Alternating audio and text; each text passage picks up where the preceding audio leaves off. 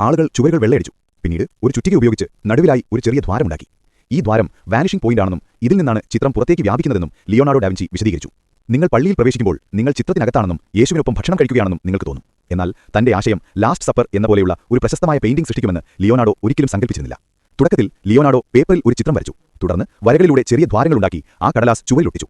അതിനുശേഷം അദ്ദേഹം ഒരു പെൻസിൽ ഉപയോഗിച്ച് ദ്വാരങ്ങൾക്ക് മുകളിലൂടെ മെല്ലെ വരച്ചു. താമസിയാതെ പെയിന്റിംഗിന്റെ രൂപരേഖ ചുവരിൽ ദൃശ്യമാവുകയും തുടർച്ചയായ സ്ട്രോക്കുകളിലൂടെ ചിത്രം രൂപപ്പെടാൻ തുടങ്ങുകയും ചെയ്തു. തുടർന്ന് നിറം നൽകുന്ന പ്രക്രിയ ആരംഭിച്ചു. ലിയോണാർഡോ വളരെ ശ്രദ്ധയോടെ മുട്ടയുടെ വെള്ളയുമായി നിറങ്ങൾ കലർത്തി. ആ സമയത്ത് തന്റെ സഹായി യേശുവിന്റെ കൈ പെയിന്റ് ചെയ്യുന്നത് അദ്ദേഹം ശ്രദ്ധിച്ചു. ലിയോണാർഡോ ഉടൻ തന്നെ അയാളോട് അത് നിർത്താൻ പറയുകയും ആദ്യം വസ്ത്രങ്ങൾ പെയിന്റ് ചെയ്യണമെന്ന് നിർദ്ദേശിക്കുകയും ചെയ്തു. കാലക്രമേണ നിറങ്ങൾ മാറുമെന്നും ഒരു ചെറിയ തെറ്റുപോലും വലിയ വ്യത്യാസമുണ്ടാക്കുമെന്നതിനാലുമാണിത്.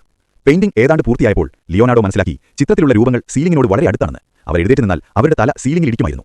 അദ്ദേഹം ഒരു തെറ്റും വെച്ച് പൊറിപ്പിച്ചിരുന്നില്ല. അതിനാൽ അദ്ദേഹം പെയിന്റിംഗിന്റെ സീലിംഗ് ഭാഗം നീക്കം ചെയ്യുകയും അവരുടെ തലയ്ക്ക് മുകളിൽ മതിയായ ഇടമുണ്ടെന്ന് ഉറപ്പാക്കാൻ ഒരു നൂൽ ഉപയോഗിച്ച് വീണ്ടും വീണ്ടും അളക്കുകയും ചെയ്തു.